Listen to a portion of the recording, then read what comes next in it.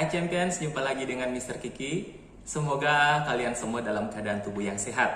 Saat ini kita akan lanjutkan pelajaran tematik kelas 3. Tema 8, subtema 3. Apabila kalian sudah siap untuk belajar, yuk kita belajar. Muatan bahasa Indonesia menjelaskan rambu lalu lintas berupa rambu perintah. Setiap pengguna jalan raya haruslah memperhatikan rambu-rambu lalu lintas. Salah satunya rambu perintah. Rambu perintah berbentuk lingkaran berwarna dasar biru. Semua rambu lalu lintas di jalan raya berguna agar semua pengguna jalan raya selamat sampai tujuan. Setelah membaca teks dengan teliti, maka kita akan mengetahui informasi tentang rambu perintah. Berikut contoh rambu perintah. Di sini ada tanda panah ke arah kanan, artinya semua pengendara wajib belok atau berjalan ke arah kanan. Lalu ada rambu yang bertuliskan 60 km atau 60 km. Ya, maksudnya di sini adalah setiap kendaraan wajib untuk mengatur kecepatan maksimum 60 km. Ya, mari kita baca teks yang berjudul Bersepeda Motor Bersama Ayah. Pada hari Minggu, Tony bersama ayahnya pergi ke alun-alun kota untuk bermain. Mereka pergi menggunakan sepeda motor. Di jalan raya, Tony melihat banyak rambu lalu lintas yang terpasang di tepi jalan. Ayah mengendarai sepeda motor dengan tertib. Ayah selalu mengikuti petunjuk sesuai dengan rambu lalu lintas. Tony memperhatikan ayahnya membelokkan sepeda motor mengikuti rambu lalu lintas berbentuk lingkaran, berisi tanda panah ke arah kiri dengan warna dasar biru. Ayah mengatakan bahwa rambu yang berwarna dasar biru dan gambarnya putih merupakan rambu perintah. Para pengendara harus mengikuti apa yang ada dalam rambu tersebut. Tony sangat senang karena dapat memahami rambu lalu lintas. Berikut lambang dan makna rambu perintah. Apabila kita melihat tanda seperti ini ya, rambu seperti ini ada tanda panah yang berbentuk lingkaran saling mengitari, maka setiap pengendara wajib mengitari bundaran. Kemudian apabila ada tanda panah seperti ini, maka setiap pengendara wajib mengendarai kendaraannya lurus ke depan. Dan apabila ada gambar seperti ini, maka setiap pengendara kendaraan wajib memasuki lajur kiri. Dan juga apabila ada tanda seperti ini, maka setiap pengendara wajib memasuki lajur kanan. Selanjutnya menjelaskan rambu lalu lintas berupa rambu peringatan. Jenis rambu lalu lintas yang lain yaitu rambu peringatan. Rambu peringatan dipasang di jalan raya sebagai peringatan bagi para pengguna jalan agar berhati-hati. Rambu ini memiliki latar berwarna kuning dan gambar atau tulisan berwarna hitam. Setelah membaca teks dengan teliti, maka kita akan mengetahui informasi tentang rambu perintah. Berikut contoh rambu peringatan. Nah, apabila ada gambar seperti ini, maka akan ada penyempitan jalan, ya. Kemudian apabila ada gambar seperti ini, rambu seperti ini bermakna bahwa akan ada tikungan ke sebelah kiri. Dan apabila ada gambar seperti ini, maka pengendara harus berhati-hati karena jalannya licin. Kemudian mari kita baca teks yang berjudul Pergi Berkemah. Anggota pramuka di sekolah Dedi akan pergi berkemah.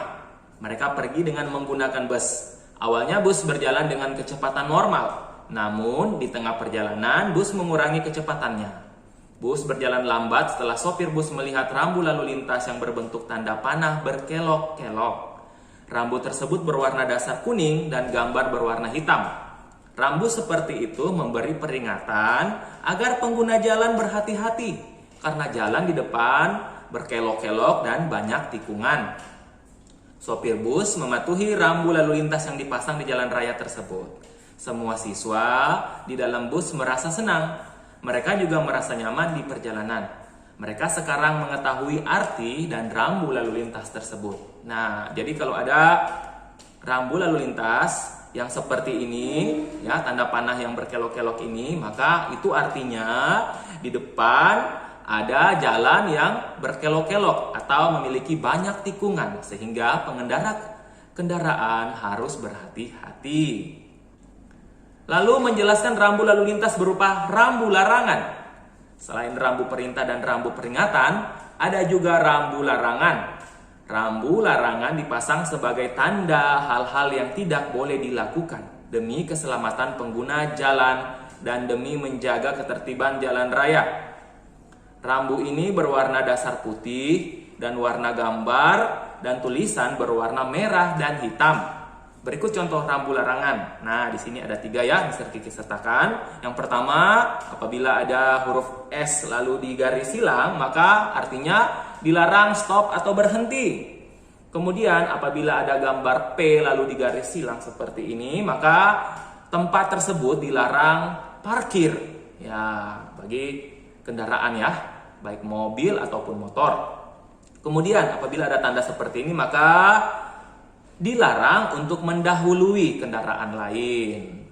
Selanjutnya menjelaskan rambu lalu lintas berupa rambu petunjuk. Ya, setiap pengguna jalan raya haruslah memperhatikan rambu-rambu lalu lintas yang ada. Ketika akan menuju ke suatu lokasi tertentu, kita dapat mencarinya dengan memperhatikan rambu-rambu petunjuk yang diberikan sepanjang jalan. Rambu petunjuk digunakan untuk menunjukkan tempat atau lokasi tertentu agar mempermudah pengguna jalan menemukan lokasi yang dituju. Berikut contoh rambu petunjuk ya. Yang pertama, apabila ada rambu seperti ini, maka itu artinya ada rumah sakit. Ya. Kemudian apabila ada tanda sendok dan garpu menyilang seperti ini, artinya di sekitar tempat itu akan ada restoran atau rumah makan. Dan apabila ada tanda cangkir atau gelas seperti ini, maka di tempat tersebut ada kafe ya. Kemudian mari kita lihat contoh yang seperti ini, rambu ini ya yang berwarna hijau ya. Ini adalah rambu petunjuk. Ketika kita melihat ada tulisan kota lalu tanda panah ke atas, artinya apabila kendaraan kita bergerak ke arah lurus ke depan, artinya kita akan sampai di kota. Ya, dan apabila kita berbelok ke kanan, ya, maka kita akan menuju ke tempat yang bernama Pancoran. Dan apabila kita berbelok atau mengarah ke sebelah kiri, maka kita akan sampai di sebuah tempat atau lokasi yang bernama Kebayoran Lama. Selanjutnya menceritakan rambu lalu lintas dalam gambar seri. Kita dapat membuat cerita dari rangkaian gambar yang berisi rambu lalu lintas. Untuk dapat menceritakannya, kita perlu mengamati gambar dengan teliti. Rambu-rambu yang ada serta bagian-bagian penting pada setiap gambar. Ya, jadi harus kita amati ya gambar itu dengan seksama. Lalu kita bisa membuat cerita sesuai dengan urutan gambarnya. Di sini ada gambar A, B, C, D, E, F. Ini adalah gambar yang berurutan. Setelah kita amati, maka kita pun dapat membuat cerita dari ke-6 gambar seri ini ya. Jadi contoh ceritanya seperti ini. Mr. Kiki memberi judul Pergi ke Rumah Sakit. Ibu dan Ani melakukan perjalanan ke Rumah Sakit Melati mengendarai sepeda motor. Mereka tidak lupa memakai helm untuk melindungi kepala mereka. Ketika lampu lalu lintas berwarna merah, ibu menghentikan motornya untuk memberikan kesempatan kepada kendaraan dari arah lain untuk bergerak. Setelah lampu lalu lintas berwarna hijau, maka ibu dapat melanjutkan perjalanan.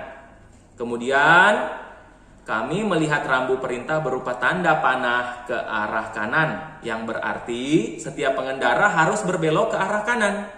Ibu pun mengarahkan sepeda motor ke arah kanan. Selanjutnya ada rambu petunjuk yang menginformasikan bahwa Rumah Sakit Melati berjarak 15 km ke arah depan. Kami pun mengikuti petunjuk itu dan tibalah kami di tempat tujuan.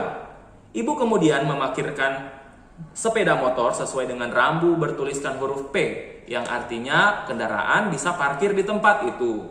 Akhirnya kami dapat memeriksakan diri di Rumah Sakit Melati dengan selamat karena selama perjalanan kami mematuhi rambu-rambu lalu lintas yang ada. Nah, jadi seperti itu ya. Cerita yang disusun oleh Mr. Kiki berdasarkan gambar-gambar cerita yang telah diamati sebelumnya. Muatan PPKN, makna semboyan Bhinneka Tunggal Ika di lingkungan sekolah. Keberagaman yang ada di sekolah kita merupakan hal yang patut kita syukuri karena kita akan saling melengkapi satu sama lain. Semboyan Bhinneka Tunggal Ika dapat diwujudkan dalam kehidupan sehari-hari di sekolah. Ya, contoh perwujudan sikap dalam menerapkan semboyan Bhinneka Tunggal Ika. Yang pertama, bermain dengan semua teman meskipun berbeda suku, bangsa, dan agamanya. Lalu yang kedua, membantu teman yang kesulitan tanpa memandang perbedaan suku, bangsa, dan agama. Nah, kedua, contoh sikap itu bisa kalian lihat pada gambar A ketika semua anak bermain bersama-sama, dan gambar B ketika seorang teman menolong teman yang terluka. Selanjutnya, menjaga persatuan dan kesatuan bangsa dan negara Kesatuan Republik Indonesia. Keberagaman terdapat di lingkungan rumah, sekolah, dan masyarakat. Semboyan Bhinneka Tunggal Ika digunakan untuk mewujudkan persatuan bangsa dan mempertahankan negara Kesatuan Republik Indonesia. Selain itu, nilai-nilai luhur seperti sikap kekeluargaan, gotong royong, dan musyawarah harus dilestarikan agar persatuan dan kesatuan bangsa tetap terjaga. Mengikuti festival budaya merupakan salah satu cara menghargai keberagaman, seperti ditunjukkan pada contoh gambar di bawah ini. Selanjutnya, muatan SBDP menghias gambar dengan unsur rupa. Unsur rupa digunakan untuk menyusun karya, salah satunya karya dekoratif. Unsur rupa terdiri dari titik, garis, bidang, dan warna. Perhatikan contoh gambar berikut ini. Ya, ini adalah unsur titik ya, bisa kalian lihat pada gambar. Kemudian ada unsur garis. Lalu ada unsur bidang dan unsur warna. Keempat unsur rupa tersebut juga dapat digunakan untuk menghias gambar berupa bidang lain yang lebih besar dengan cara mengisi bidang yang lebih besar dengan unsur rupa. Pengisian bidang sebaiknya memperhatikan ukuran dan komposisi semua unsur rupa agar terlihat lebih indah. Perhatikan contoh gambar berikut ini. Nah, di sini ada gambar sketsa kapal layar ya.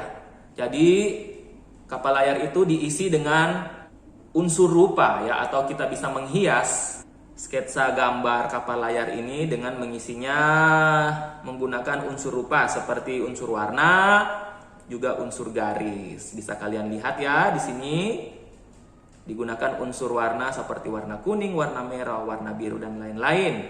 Dan ketika sudah selesai bisa kalian lihat ada unsur warna di sini dan juga unsur garis. Pada layarnya ada unsur warna, pada bendera ada unsur warna dan unsur garis di situ. Pada badan kapal layar ada unsur warna dan unsur garis, juga pada laut, pada awan, dan pada matahari. Jadi seperti itu cara menghias gambar dengan unsur rupa. Oke, jadi seperti itu ya video pembelajaran kita. Semoga kalian bisa memahaminya. Pesan Mr. Kiki agar kalian tetap semangat belajar, tetap menjaga kesehatan, dan juga tetap menjaga kebersihan diri dan kebersihan lingkungan tempat kalian tinggal. Sampai jumpa pada video-video pembelajaran selanjutnya ya. Thank you and God bless you. Bye.